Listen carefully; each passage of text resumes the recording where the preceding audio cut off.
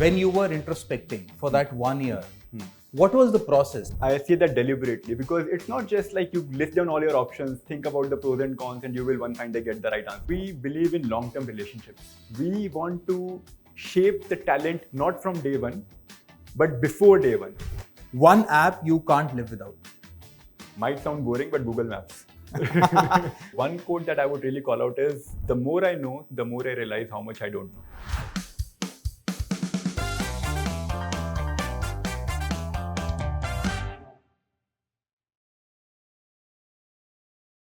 Hi, hello and welcome. This is Ankit Agarwal, founder and CEO of Unstop, and welcome to the next series of Unstoppable podcast.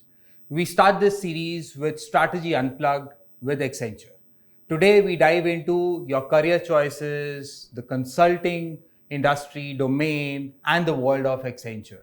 And trust me, by the end of this podcast, you will have some pearls of wisdom into what does it take to crack a career in consulting and whether this is for you or not. Today we have Sandeep Singh, Managing Director, Strategy and Consulting, Global Network Sustainability at Accenture in India. And with him, we will dive into everything that you would need to get you pumped up to make your career in consulting. Thank you so much, Sandeep, for joining us. Thank you, Ankit. It's a pleasure to be here, and I'm excitedly looking forward to the conversation. Sandeep, my first question, and I think we'll go back to your days at IIT and then at IIM. Now, what we have heard, and I think many students who are aspiring to be into an IIM or a B school, they struggle that should we get into an MBA school or a B school straight from their UG college? Should they go in for a work experience? Should it be 1 year, 2 year, 3 year? What's your opinion? Because you had 1 year of work experience between IIT Delhi and IIM Kozhikode. Sure. So see, my view is that there is no right approach to this. It really depends on your clarity, your mindset. If I were to go back in my college days, during my IIT days, very honest answer is that I was not very sure about my career options. I wasn't very clear about what I wanted to do for the rest of my life. So I thought it will be good for me to actually get a break, think about it, introspect about it, and really get a sense of what excites me. What is it that keeps me motivated? What is it that I want to do for the rest of my life? And that 1 year break that I took between IIT Delhi and IIM Kozhikode was enough for me to get that clarity. This is the time when I actually asked myself the question, what is it that can really be a motivating factor for me to feel excited about every single day, getting out of the bed, going to the work, creating an impact, and then feeling good about it. It's important, right? Because about 40 years of your life you're going to be doing that. And for me, that 1 year turned out to be the introspection time which gave me the right answers. Sure. So again, as I said, it's like it really depends. I know it's a very cliche answer, it depends, but it really depends. It depends on your mindset, your clarity of thought. If I were to take that call as of today, probably I'll be more clear about it. I will just do my B school immediately out of the graduation. But back in the day when I had to do it in real time, I did not have that clarity. Yeah. So and also, Sandeep, many people are very, very clueless. I mean, most of us, 90% of us are clueless which domain, which industry, which company, which role should we actually go for, right? Correct. And that's why they explore multiple options at UG as well as at PG level, right? Correct. Now, when you were introspecting for that 1 year, what was the process? Is there really a process to lay out, or is it some instance or a kick that you get out of a sudden that, hey, I want to do consulting, I want to get into e-commerce, or I want to do marketing? Sure. The way I think about it, it's a bit of a science and bit of an art. And I say that deliberately because it's not just like you list down all your options, think about the pros and cons, and you will one fine day get the right answer because analytically you have done all the right kind of steps that a typical problem-solving question would entail. It's really getting a sense of what excites you on a day-to-day basis. What is it that gives you the joy? For me, it happened by chance, I would say, because when I was working in that 1 year, I got a chance to work on a project which required me to work with people from across different functions, be it supply chain or finance or operations, across different locations. It was an MNC with operations in multiple countries. And I realized that the big joy of making recommendations and then seeing the impact in a finite time frame is something which was really something I cherished. I'm not somebody who would rather do things and then wait for the things to show up in the form of an impact over multiple years. I'm somebody who loves fast-paced, dynamic environment, working with teams, ideas, brainstorming, and then seeing the impact. And consulting was a natural choice. I mean, it's a space where you work on different projects in a very fast-paced environment, typically 3 months, 6 months, 9 months. You see the impact, you deliver the impact, then you move on to the next one. So that experience really answered the question for me, more than a methodical thinking of listing your options and then coming to the right answer. No, so that was on my mind. So you naturally said that for you, consulting came easy in terms of the thought process, right? Let's now dive into consulting strategy, right? What it is and what it is not, right? Sure. Let's clear these two things for a normal student who's looking at a career in consulting or strategy. Sure. The simplest answer that one can get about what consulting is, it's really about problem solving. Sure. One can give a very elaborate answer to what consulting really is, but it's really about problem solving. And problem solving in a way where you're using the best of the AI-based tools, the latest ways of working, the dynamic platforms, the intelligent platforms, the best of what's available out there to solve those problems. So if you can do that, come up with some different new ideas, creative ideas, innovate, do something different, that's really about what our clients are asking for.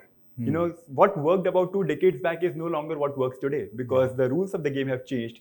The tools, the platforms, everything has changed. So you have to be creative in the way you think about problem solving. So yes, it is about problem solving, and problem solving using the best of what's out there to aid your problem solving process. That's what consulting is all about. Sure. And just to be sure for our users, for whom consulting is definitely not an option.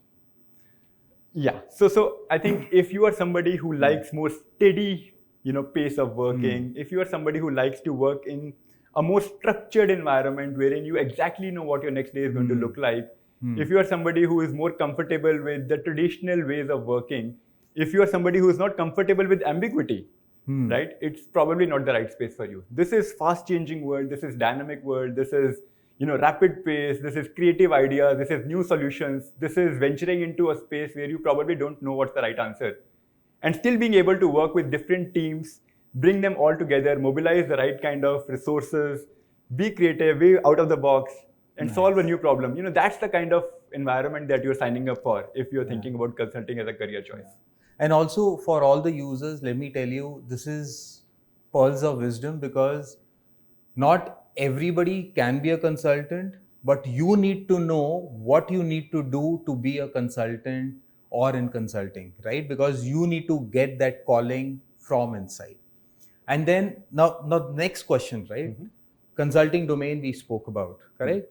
Now you have spent, and trust me when I say this comes from bottom of my heart, very few people I have seen who make their careers in one company. You graduated from IIM Kozhikode in 2007. Sure. It's been close to about 2 decades, and there has been a fabulous journey, right? You started off being the business analyst, then you became a consultant, manager, principal, and now you are the managing director at Accenture, right? What do you think Accenture gave you which led you to actually have given 2 decades to Accenture? Because that speaks volume about the company. Sure.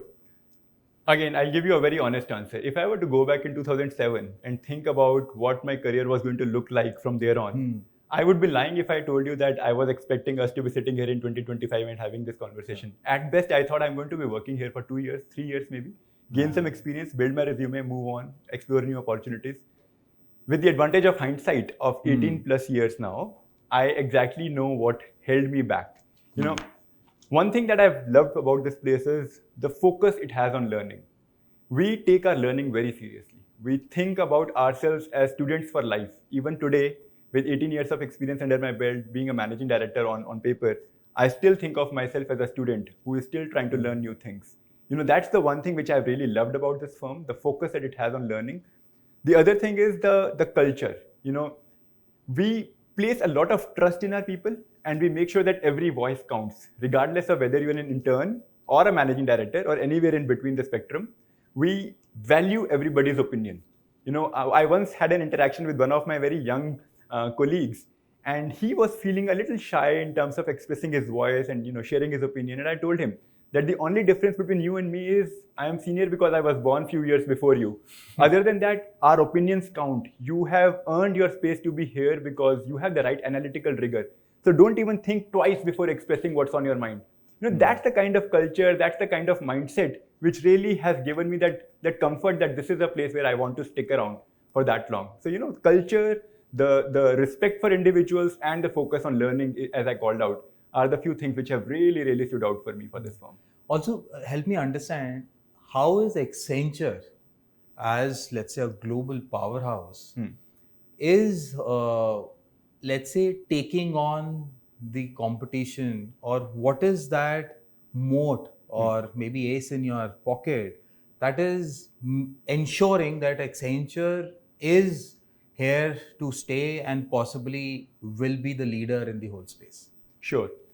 So I think one thing that really differentiates us, in my personal opinion, is the way we think about consulting as an industry.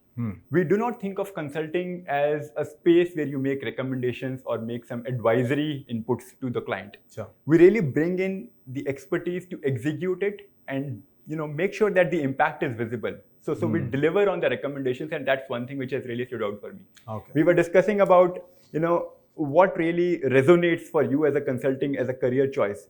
For me, being able to see the recommendations delivering on the ground, making a visible, purposeful difference for the client is something that I truly value. I would not be comfortable if I were to make the recommendations, deliver a PowerPoint and move on. That is just not what I want to do as a professional. So to be able to see the recommendations coming out of data from AI-based capabilities, then seeing or working with your platform-based partners or ecosystem partners and mobilizing the cross-functional teams, cross-industry teams to bring it to life, to make it work in real, and then demonstrating the impact is what I believe Accenture is really good at vis-a-vis some of the other consulting firms. And maybe, many a times when you look at the overall strategy and when you are the one who are executing it, the next phase of brainstorming becomes more powerful, right? Because Correct. you have learned from the execution as well, because on paper, things will be entirely different. Correct. And in the execution, there might be certain other choices that you may have to take up. Correct. And that improves the strategy for the next part. Absolutely. Right? And see, it's a very immersive experience. I mean, I always think about it when I was actually graduating out of my B school. One of my professors who taught us operations research, I was very close to him. I approached him and I asked him, sir, any final advice that you want to give me as I move out of the campus? I have learned enough and more from you during our course, but any final advice? He taught us operations research. Now, without getting into the technicalities, there is something called like a simplex method. He said, Sandeep, few years down the line, you will not remember the simplex method, and that's okay. The only thing that I want you to remember is it's all about defining your objective function correctly and defining your constraints correctly. And 18 years down the line, I'm still using that advice that he gave me, back in the day. Because when I'm working with my clients, I have to make sure that I help them define the problem correctly, define the objective function correctly. There is so much clutter, there is so much noise, there is so much happening, the pace of change is so enormous. Help them define the objective function correctly, help them think about the constraints correctly, help them mobilize the resources correctly. And that's where the magic begins to happen, when you start to solve the right questions with the right tools and capabilities. For me, that is the real joy of being in the consulting world and delivering impact for our clients. And I think for all our users, please keep in mind that a career in consulting is not only about strategy, it is also about executing that strategy for your client, because that's how the feedback loop you will get to improvise on the next strategy for the next client. Absolutely. Possibly, right? You spoke about professor, you spoke about, let's say, the mentorship, right? And I'm very curious, that's possibly one of the mentors, right? Who has been inspiring you all across, right? Maybe from the IIT, IIM, and then at Accenture. Who inspires you? Who's that mentor? Is it just one mentor, multiple mentors? Whom do you approach if you have some dilemmas in the mind? So first of all, that's a very difficult question, because I have been blessed with countless number of mentors who have had an impact on my career. who have inspired me, who have shaped my thinking. So it's very difficult to pick one. But still, if you ask me to pick one, I'll probably go back to the beginning of my career when I joined Accenture. In the first couple of years, I got to work with a gentleman by the name of Michael Princey. He introduced me to the world of consulting firsthand. He told me that, the world of consulting is all about three things. And I still vividly recall, as I speak, I'm almost feeling like he's speaking to me and I'm hearing him aloud. He said, it's about change, it's about the rate of change, and it's about the source of change. You need to understand these three things. What is changing? How fast is it changing? And what is driving that change? What is the source of that change?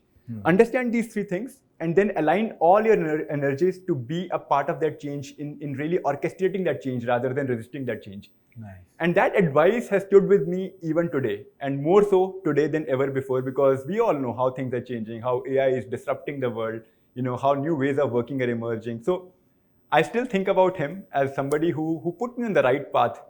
Back then, it was not as relevant as it is today. But if there is one advice that has really stuck to me, it is this advice: change, rate of change, source of change. And the other thing, when you talk about mentor, it's not just about your content advice. It's also about your leadership traits. Yeah. This was a gentleman who was obsessed with quality. I'll not say focused on quality, obsessed with quality.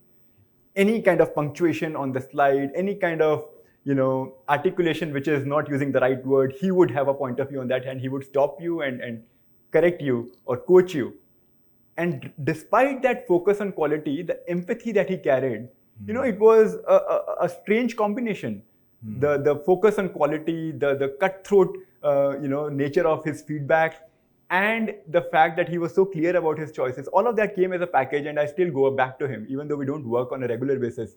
But if I get stuck somewhere, he's just a call away. I'll call him and I know that he will, give me the right word of advice and things will be sorted. So that's one person who has really been very important. And all these, like you said, right, they enabled you to be on the right path. Correct.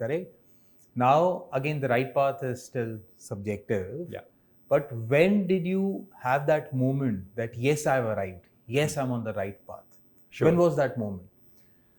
Again, multiple moments. There is no such one moment, but if something that comes to mind, as soon as you ask me this question, what comes to mind immediately? I think there was this one moment when I was leading a complex project with a client, which was more like a multidisciplinary, kind of a capability. I was working with different functions, and this particular client was very difficult in terms of their expectations of us. One, because of the age difference, might sound a little ironical, but because of the age difference, here we were working with a gentleman, the CEO, who had probably spent more time in the industry than what I had spent on the face of the earth.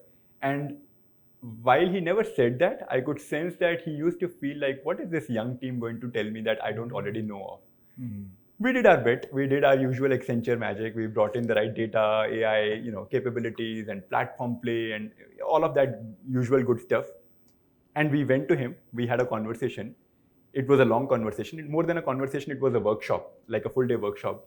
And somewhere along the day, he actually stopped all of us and he said that you guys are helping me think about my business, look at my business in the ways that I could have never been able to do had you not really guided us. That one moment actually made me feel like we are doing something right. So these kind of moments actually reinforce your faith, reinforce your belief that you have made the right choices. They are really motivational. So that would be one moment that I would pick up. I'm of course not at liberty to name the client, but that moment really stands out for me. Also, since again, your journey has been phenomenal, right? Right from the analyst to being a managing director, right? For our users, if you can demystify all the different growth trajectories that you've had, right? Sure. The sense that I want to give out to the users is that how does the role evolve, right? You join as an analyst, then you become a consultant, then manager, maybe senior manager, principal, and managing director, right? They may want to know how their journey will progress professionally as well as personally, and whether this is the right domain for them. Sure. No, I think that's a great question. And again, I wouldn't have been able to answer this back in the day because I never had the foresight. But looking back, I can clearly see the way my responsibilities have evolved. So when I joined the firm as a young analyst, the only expectation of me was to bring in fresh ideas, think logically, bring structured thinking, bring in the power of data, all of that analytical rigor is what my seniors really expected of me. And I got a chance to hone those skills. It's not like they thought that I will bring in all from a B school. Of course, basic acumen is what they expected, and then they kind of invested in me for me to be able to build those skills. So that was in my early stages of career. Sure. Let's say 2011 onwards, mid consultant to manager, maybe early senior manager level. That's the time when you start to lead teams. That's the time when you start to really manage a few people around you in terms of understanding expectations of them, defining their responsibilities, building a structure for a project delivery. So this is the time when I was expected to not just bring in the analytical rigor, but also get good with the soft skills, with my people skills. Being caring, being responsive to my people needs. So this was a time when I was leading a lot of teams. Around the same time when you start to think about the transition to, let's say, a senior manager, principal director kind of a level, that's the time when your expectations evolve in the sense that you are also required to build client relationships. Like, your network, I always say your network is your net worth in the consulting world. So this is the time when I would not just be responsible for that analytical thinking and rigor and coaching my people and taking care of their training needs and all of that, but building in a lot of trusted client relationships, which will bring in more business, which will make them trust my recommendations. So I think this is the way it has evolved. But one thing that has remained constant across all these levels, across all these years, is you cannot not think of yourself as a student of this sport. You have to continuously keep learning. There is no such moment in your career when you can think that you have arrived, you have learned it all, and now it is just about running the autopilot. There is no such moment in a consulting environment. You have to continuously learn. Even as of today, after this podcast, I have a series of trainings which are lined up, not for me to deliver, but for me to learn. And that's one thing that really gives me a lot of joy. So while the roles have evolved, one thing that has remained constant is the art of learning, the curiosity, upskilling yourself, keeping yourself up to pace with all the changes happening around you. Nice. And because you spoke about sports, right? And you are a Tendulkar fan, right? Sure. And I was doing some research. Your son is a Kohli fan. You have really done some good research. I don't know where you found that. It's not on my LinkedIn. So now my question is, and that happens with me and my father as well back at home. I'm sure there will be a question between when both of you are watching a match. Yeah. Is Tendulkar better or is Kohli better? Yeah. How do you handle that question with your son? Deep within my heart, I believe Tendulkar is better. But I know it's not the right thing to say. Not just because I'm speaking to my son, but even otherwise. I think it's my limitation that makes me believe that one is better than the other. You cannot be comparing across generations. The rules of the game have changed. Yeah. If you were to ask me that the project that you delivered in 2008, was that more impactful or what you are doing today? You are comparing apples and oranges. Back then, the rules of the game were different. The client expectations are different. The problems they were solving for were different. Today, again, everything has changed. So to be able to compare in different contexts, in different eras is probably not the right thing. I know it sounds politically correct. And But deep down, Tendulkar is the best. Deep down, Tendulkar is the best. And as I said, it's my limitation. I cannot move away from that belief which I have acquired like back in the day as a young kid. But yeah, difficult question. I never say that to my son. I always say that unfair to compare. They are both great. And you've been a marathon runner. I was sort of going through one of the articles in, I think, 2014, if my stats are correct. You started preparing for marathon, right? And that was an instance in your journey where you were interviewing a candidate, right? Can you take users through the journey? What led you to focus on fitness, and so much so that you have done more than 300 half marathons and about 100 full marathons, right? That's phenomenal. So I think some of the most defining moments in your life happen when you least expect them. So this happened way back in 2013 actually. I was doing an interview with one of my colleagues. His name is Gautam Krishnan. And I did the usual interview. We talked about business case, we talked about business acumen, problem solving, all of that usual stuff. We spent good 40-45 minutes. We had a good conversation. Towards the end, I just asked him casually, so what are your hobbies? And Gautam tells me that he runs marathons. So I knew like a literal meaning of the word marathon is long distance, but I asked him how exactly does it work? So he said that you have to run like 42 kilometers in one go. And I was like, how do you even find the time to do that? Time, capability, stamina. It's like a long distance. Yeah, do you take some breaks in between? Do you walk? And he was like, no, we do it for fun over the weekends. And I was like, what are you telling me? Like, are you trying to psych me out? I was quite heavy at that point in time. So I pulled back my tummy to look a little fitter than what I actually was at that point in time. So interview ended, he got hired, I went back home. But that message that he left me with remained with me. So I was like very uncomfortable with that. So I told my wife, people like you and me from a similar pedigree doing similar consulting world can run 42 kilometers on your feet. Come to think of it, I used to stay in Andrewsganj extension at that time. I told her that you have to go from here to Janakpuri and then come back from Janakpuri to Andrewsganj extension. That's what they are talking about.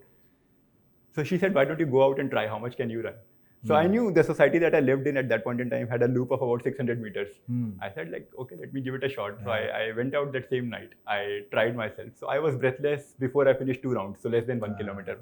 So that's where it kind of seeded the idea that I want to also become a marathoner. So this was January. I came back the same day and I told my wife that I'm going to run the next big marathon that's happening in India. It's in November. I still have 8 months. So Accenture in a way is responsible for introducing me to the idea of running marathons because that's something that happened over an interview. And once you start doing something, when you enjoy something, it becomes like an addiction. So since then I've been like raising the bar. I've been doing a lot of training and cross trainings and all of that kind of stuff. In fact, in 2019, I did something which I feel incredibly proud of. I brought in the convergence of my personal hobby, that's my passion, running, and my profession, which is sustainability. Nice. So I ran 100 half marathons in 100 consecutive days. I'm the first Indian to do that. Nice. I ran for consecutive 100 days from 5th of March 2019 to 12th of June 2019. That's exactly 100 days. I ran a half marathon every single day to spread awareness about air pollution. So that's something that I feel really, really proud of. But again, when I thought about this idea that I'm going to run 100 half marathons in 100 days, I knew it was a big commitment, So I went back to my boss, my manager in Accenture, and I said, this is what I'm planning to do. What do you think about it? So obviously there was an element of shock. He was like, what are you even talking about? But then immediately the next thing that he said to me was that it's going to take a lot of mental and physical, stamina to be able to pull something off like this. And at any point in time, if you need any help, be it in terms of delegating your work, be it in terms of recovering, be it in terms of any kind of emotional, mental support, Accenture will back you up. So if you have decided to go for it, then we are all standing by you. And then on the 100th day when I ran the last half marathon, the entire team ran with me. So they were not half marathoners, but they took turns to accompany me. These things really stay with you. And you know what? That's the culture. That's the culture. That's the culture of the firm, right? Correct. And now let's talk about culture at Accenture, right? Yeah. You just gave one example. Now the generation that's watching us is Gen Zs, right? They need instant gratification and they have their scheme of things, right? How do you marry the Accenture culture with what the Gen Zs are expecting? How do you ensure that they are seen, heard, and supported, right? All across while they are working with you. You just laid down just one example, but for the audience, what does Accenture do to scale it up? See, when you think about what gives you joy, that's the biggest question that any individual should ask. Whether it is Gen Z, whether it is an older generation, any generation you talk about, the key question that you have to answer is what gives you joy. At the end of the day, if you're not happy with what you're doing, you are not really doing the right thing. Now that happiness can come in multiple forms. It could come in the form of your profession. It could come in the form of some purpose that you're pursuing. It could come in the form of some hobby. And that will continue to evolve. But once you have defined it, you need to make sure that you are working at a place which allows you to be able to pursue your choices, right? And that's where Accenture is really great. Nice. One of my mentors told me, and there was a point in time, I mean, it's not like everything has been fairy tale kind of a thing. There was a point in time when I was struggling with my workload.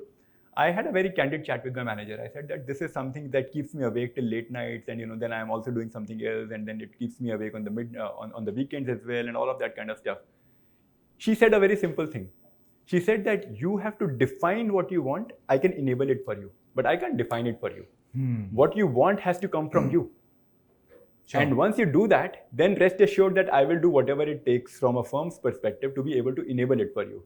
Nice. And that's the kind of thing. I mean, a lot of times people get stuck in a lot of, workload kind of things or unnecessary stress. Now, the thing is that you have to take the lead in terms of owning your agenda. You have to define what really you want. Nobody else can do that for you because it sits within your mindset. And once you do that, then the question is that are you in an environment which supports that? Yeah. Where Accenture comes in is it supports that ruthlessly. Yeah. It makes sure that people are heard. It makes sure that people are enabled. It will go out of the way to make things work for you. Because we believe in long-term careers. We are not someone who will invest in short-term transactional relationships. For us, our people are our biggest forces. We really want them to be with us. Happy, purposeful, passionate individuals who are doing what they want and living a life that they want to live. So that's where Accenture is so different. The culture is such that it enables you, it empowers you, it gives you a lot of flexibility. I'll tell you what, I'm so glad to hear this because many a times, and don't take me wrong, but whenever we speak about culture and all, the answer from the people inside the company comes in that, hey, we give them leaves, we give them flexible working hours. And to me, that's not culture. That's just, let's say, parity. The flexibility you will have to sort of give the employees because you're dealing with them who are giving you more hours than what you should. You need to give that flexibility, but that's not the culture. The culture is this, where once they define, once they know what needs to be done, you support them, you enable that to happen. Correct. So, really, so when my young colleagues ask me this question, I always tell them that when you spend like good 18 odd years in a firm, you have seen a lot of changes in your personal life cycle, right? So this is the place where I proposed to my current wife. This is the place where I got married to her. This is the place where I became a father. This is also the place where my parents are aging. This is also the place where I, discovered the joy of running. This is also the place where I decided to author a book. At all these stages of life across 18 years, my expectations of Accenture as a workplace have evolved. When we were expecting, for example, I wanted to be around my wife and be able to support her in ways that nobody else can. Yeah. When I wanted to write a book, again, I needed my time, I needed my space. When I wanted to really accelerate my career trajectory, I wanted the best growth opportunities. I wanted the most innovative and challenging projects. So all I'm trying to say is that at different stages of my personal life cycle, my expectations of the firm have evolved. But what has remained constant is that if I articulate that correctly and ask for help, people will help. Nice. That's the culture that we live in. So you are not here to fend for yourself. You are a part of a family. You tell us what you want, and we have enough and more to support you. That has stayed with me. I mean, when you get that kind of joy and comfort at a place, the thought of moving on never even arises. Yeah. So when people ask me, what has made you stick around for 18 years? It's that comfort of being taken care of personally and professionally. And both are important. It's not a place where you can just take it easy, by the way. Yeah. You will have your late nights. You will have your, slog over the weekends at times. But everything has to take turn. Right? So this place enables that. There will be times when work has to be prioritized because it's a commitment that cannot wait. There will be times when family has to be prioritized because it's again a commitment that cannot wait. So the work-life balance comes to life with you defining it and the firm enabling it. So that takes me to another. You have authored a book, right? You run marathons. You take care of your family. You take care of Accenture's business, right? And how do you manage all of it? I know I was reading one of the articles where I think that's your quote, that there is no lack of time, it's the lack of intent, right? You still block your calendars for running. Correct. Or doing daily running and all, right? How a person should manage everything? See, again, it goes back to what I was saying a short while back. You have to own the agenda. Nobody will make it for you. Nobody can make it work for you. You define what you want, you define what are your priorities, and then plan for it. I mean, if as a consultant, we can't plan for our own well-being, how can we be interested with the task of solving our clients' complex problems? The first thing that you have to solve for is your own well-being, right? So that's where it starts. I mean, I exactly know what excites me. I exactly know where I want to spend my time. Of course, I am an aspirational consultant who continues to get a lot of kick out of the kind of impact I create for my clients, and that continues to be a constant in my life right from the last 18 years. Sure. At the same time, I also have expectations of myself. So I very clearly plan my week. Every single morning, I exactly know what the rest of my day is going to look like. Nice. Now, if in the rest of the day at 8:30 p.m. I want to run, then a calendar block goes on my Outlook, which is to say that personal time. And people respect that. Right, so it's just about being very balanced, taking charge of your agenda, and then making sure that you create an environment around you which allows you to be able to pursue that. So, having done that, I think let's now get into the future, right? Sure. What's happening in the future? How the consulting domain is changing? Correct. And what is Accenture sort of doing to enable their people to be prepared for the changing world? I think that's a great question, and the reason why I say that is that I talked about the change, rate of change, source of change. Yes. I have never in my career seen the rate of change as high as it is today. What worked about few years back, and even forget few years back, few months back, is probably not the way things are working today. So with that comes the responsibility that you continue to reinvent yourself. That's the one thing which you have to really, really take care of. If you don't do that consciously, deliberately, before you know, you'll be obsolete. You will not be relevant for the clients. So the first thing that we do is to make sure that we invest in our people. We invest in upskilling them, in training them. There is almost about $1 billion that we spend every year in training our people. That's a lot of investment. $1 billion. $1 billion. That's the kind of magnitude we are talking about. So that's number one. Second, I think it's important to understand that what works for our clients is going to be enabled through a lot of new ways of working. So you think about AI-driven, reinvention. You think about reimagining of business models. You think about the blurring of boundaries across industries. You think about the art of possible. All of that requires you to be absolutely comfortable with that pace of change, understanding what's really, driving that kind of a shift, and being able to reinvent yourself before you can actually reinvent your clients' business models. So that's the way we think about the future of consulting. This is going to be very different. There is going to be a lot of focus on value orchestration. It's never going to be about advisory. It's not just going to be about recommendations. It's going to be about unlocking value through business models which were unprecedented. Sure. Think about newer ways of working. So it's not about the traditional approach where you say that, I have done this for X number of clients and hence I can do it for you quick and fast. That model doesn't work, because what we are talking about is new ways of working which have not yet been adopted. So that entire narrative of saying that I have done it for X clients for over 20 years is no longer valid. If something is born as recent as, let's say, a few months back, then that narrative goes out of the window. Then how do you reinvent yourself and make sure that you still are able to bring in the best of the art of new possibilities to your clients to be able to unlock new business models and deliver value, at scale? Is what future of consulting is all about. And that lets me to think through from a student perspective, right? How consulting at Accenture is probably different from what student may have in their mind or what other traditional firms are doing. So, when I interact with students, a lot of times they ask me this question, that which is that course that you want me to undertake or anything that you want me to brush up before we join the firm so that we are well prepared. And I always correct the question, and I tell them that there is no such course that you can think about that you should brush up. That's not what we are looking for. What we are looking for is business acumen. We are looking for problem solving skills. We are looking for creative ideas. We are looking for willingness to learn. We are looking for curiosity. Those are the kind of traits that we are really looking for. When I do my interviews, this is one question I always ask. I ask my students, what is it that you have learned in the last 6 months? Anything new that you have learned. And it doesn't necessarily need to be content. Like the usual traditional content that we think of. It could be something like, running, dancing, singing, swimming, baking, whatever it is. If you give me the comfort that you have learned something new, then it tells me that you have that trait which is required to thrive in today's business environment. Nice. Because continuously you have to reinvent yourself. So from a student's perspective, yes, they will have a lot of questions in terms of how do I prepare myself for the world that I'm entering into. But the short answer is that stay curious, ask the right questions. You don't need to know the answers. As long as you can touch upon the right questions, be comfortable with the art of learning, you are in a safe environment. You will do well. That's the thing I want to call out. Nice.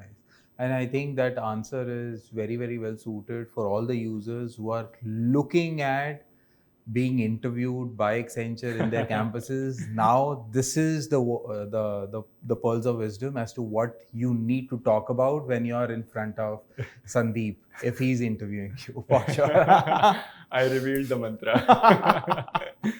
And now let's go into the world of competitions. Sure. Case simulations and maybe hackathons or so. Yeah. Accenture does two such engagements. Sure. One is Accenture B-School Challenge for B-Schoolers. Yeah.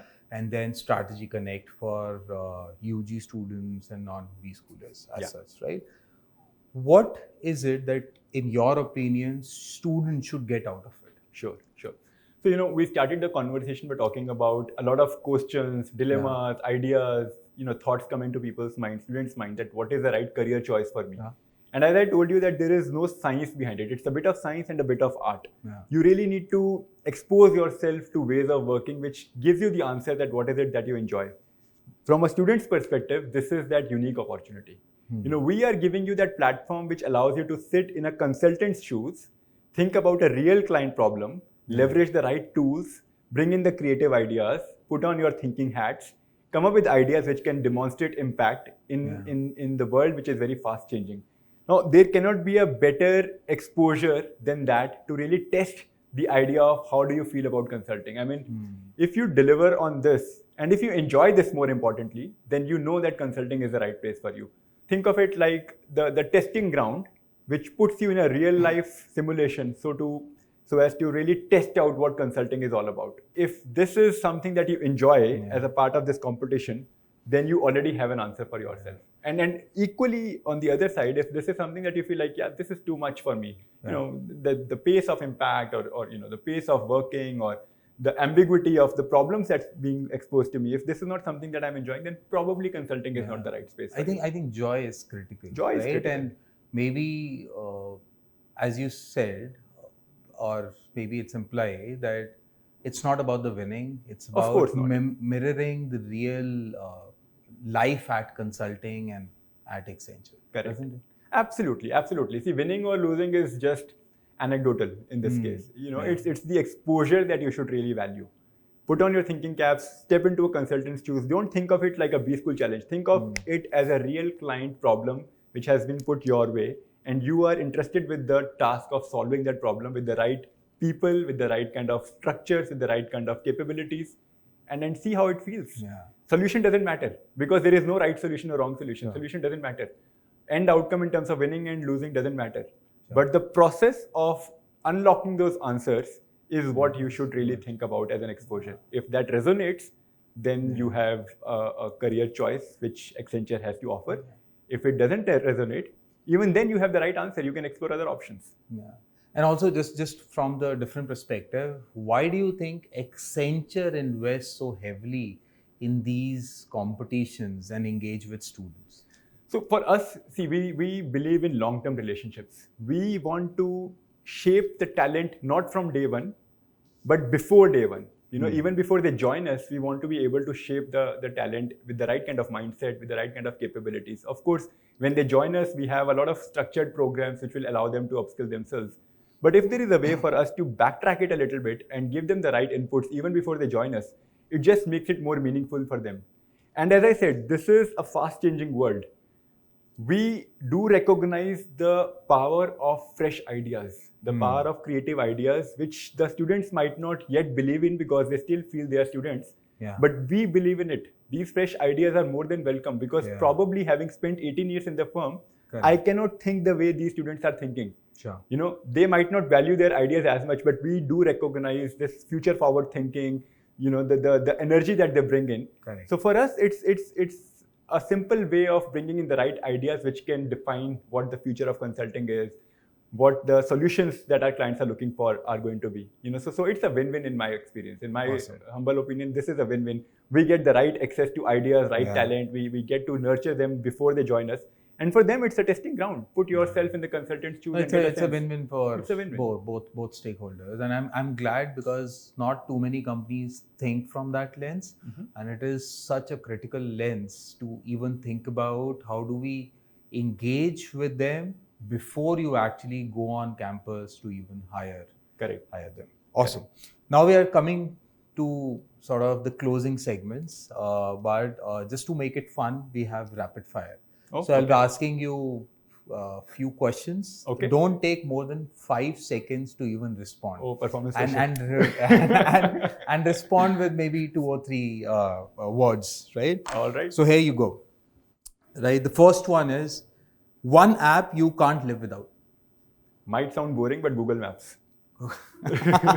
Everybody. In Gurgaon, you can't survive without it. Book or a podcast that changed the way you think. Paul Polman's Net Positive. Paul Polman, the CEO Unilever, Net Positive. Changed the way I think about solutions, changed the way I think about stakeholder value as opposed to shareholder value. Really inspiring. Nice. If not consulting, what would you be doing? I'll probably be leading a startup, creating some innovative solution, something new, something disruptive, something creative. Nice. That's what comes to mind. Nice. A quote that you live by? See, I think of myself as a student, as I said. So one quote that I would really call out is, the more I know, the more I realize how much I don't know. The more I learn, the more I realize that how much I don't know. That's one thing that I live with every day. You know what? My biggest fear is I don't know what I don't know. And that makes me sort of think through all from different angles. Correct. I mean, totally related. Your advice to your 20-year-old self?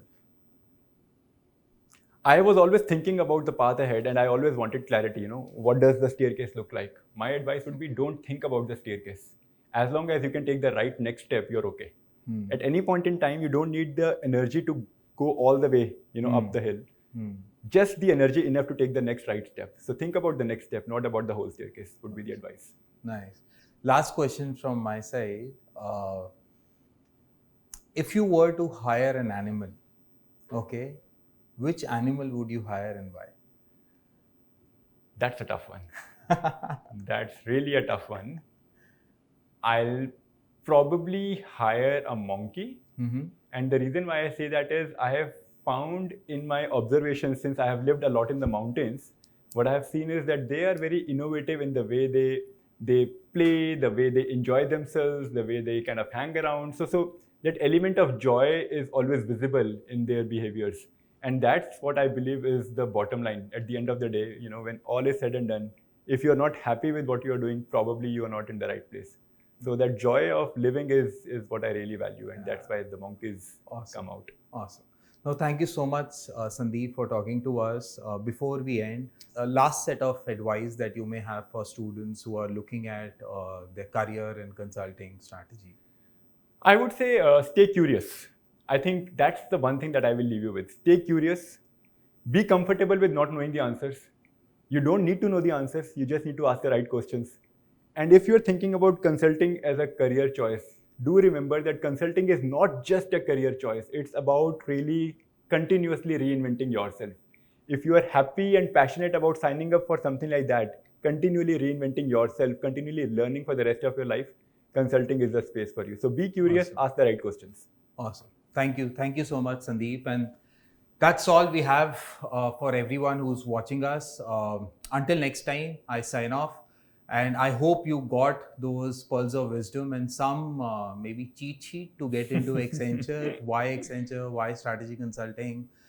We have both the competitions, B School Challenge as well as Strategy Connect.